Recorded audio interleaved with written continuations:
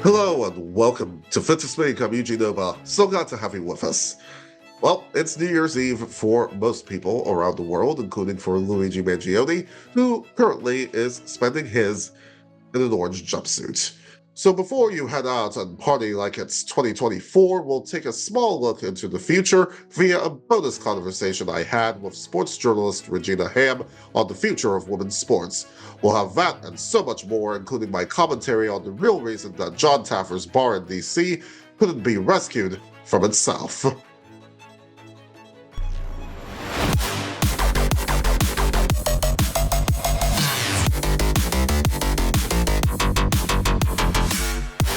But first, Caitlin Clark was named Time Magazine's Athlete of the Year.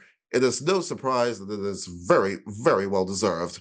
The story, by the way, is worth a read, and we will have that in the YouTube description below. Caitlin is the Polaris of the WNBA, and in spite of what the haters have to say, all the hit pieces and hot takes, that sort of thing that have been bandied about, especially from a lot of the old guard, including from apparently some WNBA owners within this league, Caitlin has focused on her craft. Her work, her game does all the talking. So congratulations, Caitlin, on this distinction. I do very much look forward to continuing to watch your star shine even brighter. And in case you missed it, do watch my interview with sports journalist Regina Ham on the WNBA successes right here on this YouTube channel. In the coming months, we'll show snippets of a bonus segment we taped after that interview, so do keep it right here on youtube.com/the CSE channel and hit subscribe for me so that you are notified when our bonuses drop. In fact, here's a little preview of our conversation. And the fact that people are showing up, people have an interest in this. I'm going to dive into soccer a little bit just to make a comparison. You can't compare the sports; they're obviously different. But we're going to talk in terms of like attendance and the desire for it. The Washington Spirit, who just made the NWSL final, unfortunately they lost. But the fact that their average attendance during the regular season was over 11,000. I think it averaged about 11,235 people, double what they did about 7 years ago. They sold out Audi Field for both playoff games. They drew more than 19,000 people. Now, to say DC United couldn't do that is obviously DC United not doing so great in MLS. But the fact that they sold out Audi Field for both games, for the quarterfinal and semifinal, the fact that Michelle Kang, she is who I want to be when I grow up, the fact that she is investing so much into women's sports, especially into women's soccer, like she, I believe, just donated about $30 million to national women's soccer, like to the U.S. soccer program and to programs across the country. You're seeing these pretty badass women and badass investors, I don't know if I can say that, but we did, get into it. And you're seeing people want it. The content is there. The drive is there. And the fact that you're seeing, when I travel, I'll see people that have an Angel Reese jersey on, or I'll see someone have like a Trinity Rodman jersey on. And you see these women becoming household names and how exciting it is. And being able, I went to a couple Spirit games this season. First season I've actually had a chance to go. And it's such an electric environment and people show up. And that's the amazing thing. And it's WNBA as well. People show up. People are recognizing, a little too late in my opinion, but better late than never. We're glad they're here. They're recognizing how fun it is, how great the fandom is, how great these players are, how great these teams are, the lore between rivals. You're seeing an amazing transformation in the landscape of women's sports. And that's the best part, is like, it's not just women. It's not just female presenting people that are into women's sports.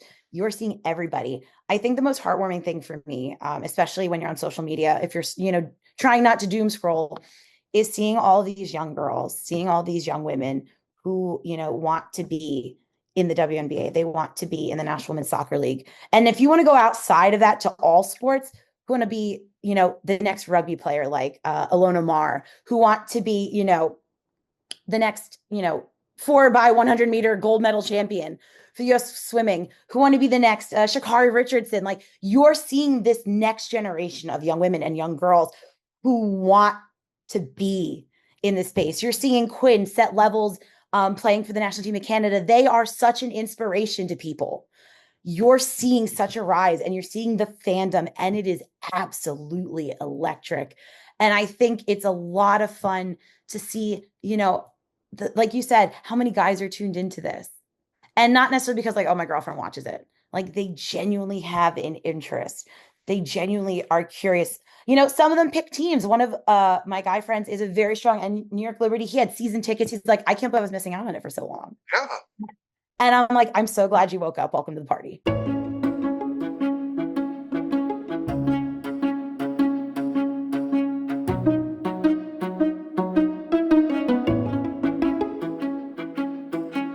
Now, as we end this year and this abbreviated 5th season of shows, one thing that I hope, one New Year's resolution that I hope some restaurant owners will make is not to use crime as a cover up for bad or non existent business. The latter certainly applies to bar rescue host Jon Taffer's restaurant called Taffer's Tavern, which, after a little over 2 years, shut its doors in DC. The reasoning that's cited by Robert Karkin, the executive chef at Cuisine Solutions, which franchised Taffer's in DC, was quite interesting to me, stating in part, quote, due to increasing security concerns in the area, including the necessity of daily armed guards, we made the difficult decision to close Taffer's Tavern. Now, I found that interesting because when the news came out on Popville via a tip from a reader of that site, the tip being that their restaurant reservation was canceled, I knew that the reasoning that would be cited would be some variation of crime in some form or fashion, at least. And just like clockwork, I was right. But here's the problem with what Karkin said. It does not comport with anything resembling reality. In fact, the reality is that crime in DC is actually down in cases significantly. So what Karkin says and what the reality is on the ground does not compute. Doesn't compute when other restaurants within the vicinity of where Taffer's was are actually still running strong. I know good food. I know great restaurants. And dare I say, damn good restaurants when I see them. In fact, I do a show about it for our entertainment division, the playlist of which you can catch up with in the description below. The problem was that Taffer's was neither. And I will say that I did not think that Taffer's was as bad. I would not say that it was as bad as some of the critics made it seem. But in a region, in a city that has got incredible culinary gems, certainly Taffer agreed to it as much in the press release. Taffer's, in the few visits that I made, which I can count on one hand how many times I went, in the few visits that I made, Taffer's was just completely and utterly average, just distinctly average. And average may cut it in Alpharetta, Georgia, population 67,000, but not here in the DMV. And the big tell for me, insofar as Taffer's not being long for this planet, was going to both games that Caitlin Clark played against the Mystics over at Capital One Arena, one of those being on a Friday night. And I went into Taffer's, and I'm going to be honest, the only reason that I went to Taffer's on one of the games was to use the facilities before hopping on Metro, which, by the way, Metro is looking to extend their weekend hours. So let's see what happens on that one to 2 a.m. I was amazed with how dead Taffer's was on the night. I mean, it was probably at best, after Caitlin Clark's games, 40% full, and that's being generous. And I'm just thinking to myself, if there is no spillover, if there's no spillover from the game to your establishment, which is a stone's throw from the arena, by the way, which is about to be renovated, and you have record-breaking crowds.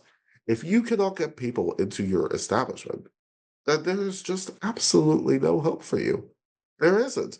And, I just think that Jon Taffer really has whipped on this market. He really has. Remember the bar rescue episode that he did over at Pirates Tavern in Silver Spring, Maryland? Now, look, he turned that into corporate bar and grill. Now, listen, it's not to say that I ever would have stepped foot into a place like Pirates Tavern. You would not have caught me dead in that kind of establishment.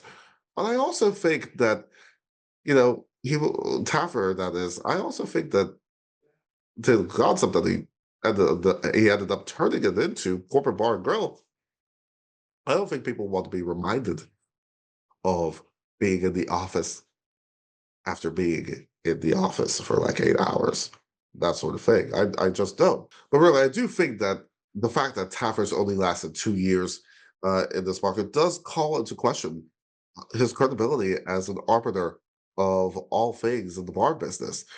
And I also look at what's happened on the show and the success rate that he's had, and it's not much better than the coin flip, although granted, you can't put all of this on him. I mean, have you seen some of the owners on that show?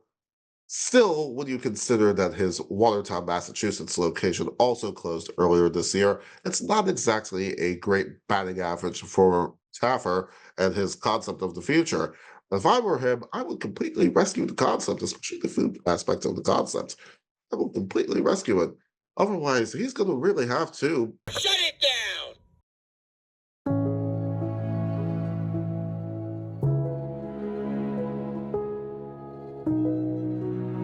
One more thing before we go. We've averted the government shutdown, well, for now at least, and Elon Musk's dreams of shutting down the land transfer to the DC government for control of the land surrounding RFK Stadium have been shattered.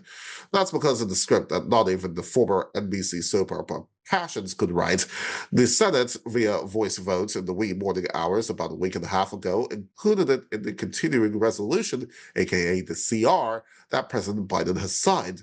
You see, Elon, via his platform X, and come January, will, along with Vivek Ramaswamy, run the Department of Government Efficiency, aka Doge, reposted false information about what the continuing resolution contained, including apparently a $3 billion allocation for a new Commander's Stadium on the RFK site, when that wasn't the case. If you have actually bothered to read the original bill before it was torpedoed, federal funds cannot be used for a stadium. Crypto executive Mario Naufal changed his post slightly, but by then the toothpaste was already out of the tube. Mercifully, our elected leaders in the Senate did not listen to Elon, and if I were Josh Harris had this failed, I would have absolutely threatened to relocate the franchise. I mean, Alexandria Commanders, anyone? Still, when clowns, court jesters, and freak shows get into positions of power, you cannot be surprised when a circus comes to town. And depending on how things go, and depending on how you view things, in 20 days, we are about to have a front row seat. Go ahead and step right up. Thank you so much for watching. Listen, there's going to be a lot more where that came from in 2025, so you better stay tuned to catch it all. In the meantime, don't forget to follow us on all of our social media accounts for more information, including all of the bonus content that you'll see from today's show. And don't forget to subscribe and ring the bell on our YouTube channel so that you do not miss any of our episodes. And do visit cscmedia.substack.com to support all of the work that we do here. And until next year, I'm Eugene Obah. Happy New Year. And remember, we will not be silenced.